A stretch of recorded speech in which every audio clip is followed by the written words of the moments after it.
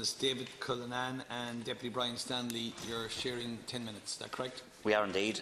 Thank you, Cathaoirleach. Look, it seems that Minister Creed has gone full circle since the deal was first announced. He came out very strongly against the deal, it would seem, if we were to believe what he said initially, and over the course of the last days and number of weeks he's been reined in slowly but surely, I would say, by the Taoiseach, and has come in to sell this deal to us today, and in fact to insult the Dáil and tell us that votes in this Parliament are meaningless. Votes in this Parliament are not meaningless, because what we're asking you to do is to adopt an Irish position, wear the green jersey on this issue and defend Irish interests. And the Taoiseach has been at pains to point out, as Minister Creed has tried to do today, to tell us there is no deal yet, that 10 years of negotiations will come to nothing, because it can be all sorted out when it comes to a vote in the European Parliament through qualified majority voting that you and Fianna Fáil sold the country out on, when we actually had a veto on these trade deals in the past, where we could stop them and we now can't stop them anymore. And that is the fault of Fianna Fáil and Fine Gael down through the years. What you need to understand, Minister, and I'll get to Minister Humphreys earlier, who I think was very patronising to people in urban areas, who she seems to think don't understand farming and don't understand the impact that farming has in rural Ireland and indeed for the Irish economy. We do. But here's the point, Minister. Irish farmers have led the way. They've led the way in traceability, they've led the way in standards, they've led the way on environmental changes, they've led the way on animal welfare, and they have led the way on quality. And that's why Irish beef farmers produce the best beef in the world. And that's why we do farming very well. And what I've heard from the Taoiseach and from some of the ministers in recent times is almost an attempt to equate Brazilian beef with Irish beef. They're trying to pretend that Brazilian beef is not inferior, is not of a less quality than Irish beef. Irish beef is much superior than South American beef.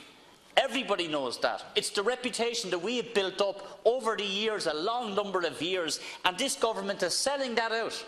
Selling it out as we speak. And what hasn't been spoken about here an awful lot is we know who the losers are. The losers are beef farmers, poultry farmers and the pig meat sector, absolutely.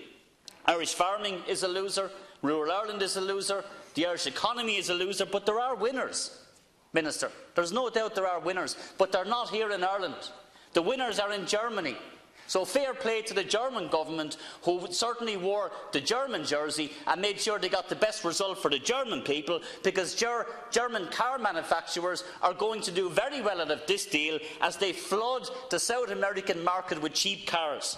And could he not see the irony, and indeed even the brass neck of this government in that, Ministers? When you tell people in rural Ireland that they should lessen their dependency on cars to meet climate change targets, and we all need to do that, while at the same time signing up to a trade deal that will flood South America with cheap German cars. And what's the cost? Sell out Irish farmers. You will flood the European market with cheap and inferior South American beef, and sell out all of the hard work that has been done by a long number of years by Irish farmers. The real winners here, in my view, again, are the car manufacturers in Germany and the big corporations. And here's Fine Gael's problem when it comes to farming. More and more over the last number of years, Minister, you have stood up for the big ranchers. You've allowed family farms to decline. Factory lots, that's what is coming into play. When we do farming well, it's family farms.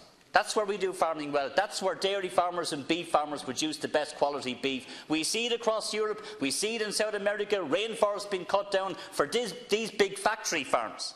That's who Fine Gael represents, corporations and the big farmers and the big ranchers, and not the ordinary family farmers who are selling down the river on this deal. So this deal is mad, Minister.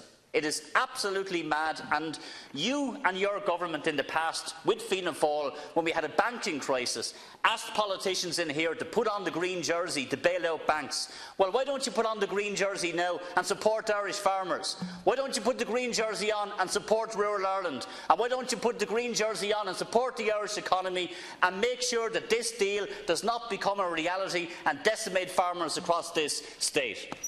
Thank you, Deputy.